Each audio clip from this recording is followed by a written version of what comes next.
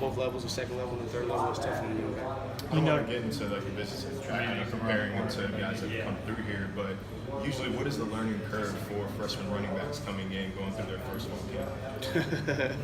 It's tough. It's tough because it starts from day one. It's the day and age of teams just sitting still, not moving, letting you line it up and letting you identify.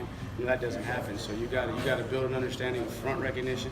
Then from the front determines your linebacker recognition.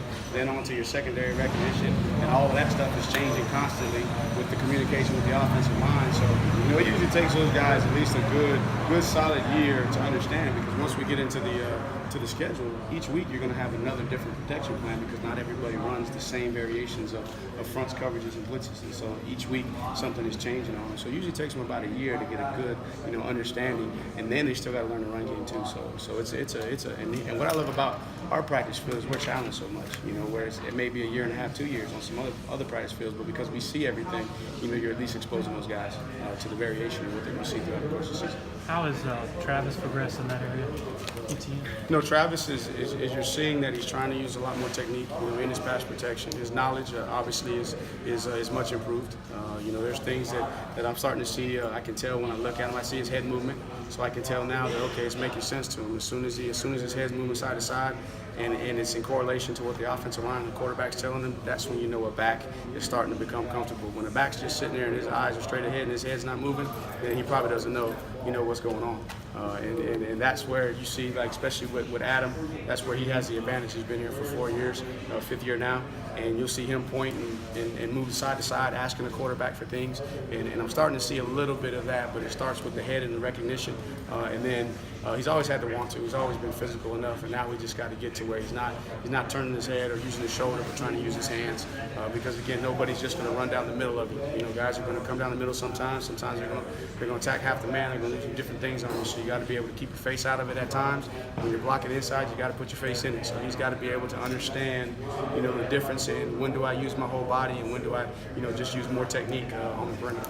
When you're doing your self-study from year to year, how much do you use analytics to go for your decision-making, from 2017 to 2018, 2019, beyond? In terms of analytics, maybe outside analytics, not quite as much, but in terms of our own breakdowns of what we're doing, our own tendencies, our statistics, you use that a lot. You do a great deal of that because, again, that one identifies the area that you need to go look at.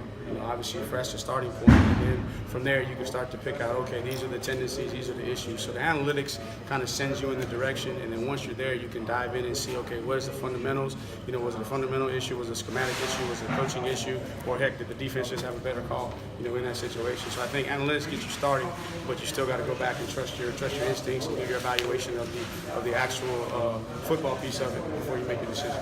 Is there any one thing that you think will change significantly from 2017 to 2018? In terms of analytics or in terms of offense? That's to be determined. And it's like that every year because again, teams are gonna determine how they play. You look at us in 2015. Wayne sets a record for single season rushing. Deshaun's over 1,000 yards.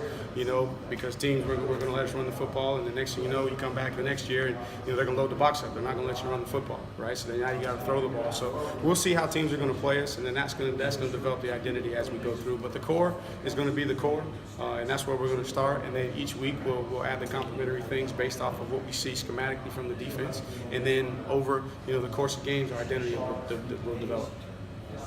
With three receivers, 6'4" or taller, is there a chance we might see more than one of those guys out there at a single time and just play volleyball, basically? Then that's discussion. You always want your best players, on the field. And obviously our system is built with different guys at different positions, but we've shown over the year the flexibility to, like you saw it in the South Carolina game. You had Deion in the boundary, you had T to the field. So obviously it really depends upon the development and the progression. Because in order for those guys to get on the field, now they're playing another position. And that's a whole new set of responsibility, different coverage recognition, different responsibilities on the same play call, so to speak, as if they were in the boundary. So as those guys can develop, and if they become, the top 4 guys, then yeah, you'll see them out. And you're obviously going to have a distinct advantage, height advantage, against virtually all your opponents, I would guess, in the secondary. Well, that's what you would hope. I just remember we walked out versus Florida State, and McFadden was about 6'5". That corner into the boundary, and Derwin James was about 6'3". So we're gonna play some teams that are gonna have some height that can match us. What throws has Kelly? We've heard he's improved. He's different from last year. What throws exactly have you seen him improve? Just the ball's down the field. Giving those guys a chance and putting them where they need to be. He's hitting them over the shoulder. He's hitting them in stride.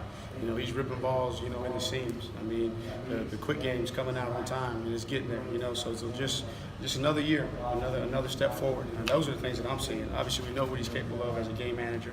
And again, he's not able to use his ability to run, so to speak, in live situations in practice. But you're seeing him in there, standing in the pocket, and he's firing the ball out there, making the field outcuts. Those type of throws. How much has Chase Bryce improved? How's he? Man, like I said when we opened up, man, you really can't tell the difference. A lot of times you're like, man, look at that throw. Who was that? And it's like, hey, that was Chase. Man, that was Kelly. That was Trevor. I think everybody knows Trevor for his arm. Obviously, everybody talks about it, but the other two quarterbacks are making the throws as well. And Chase, I'll tell you what, man, Chase even has been the best guy, some days coming out of it. So really proud of him and really confident in him, and he's battling. So it ain't already decided. Chase is battling. Kelly,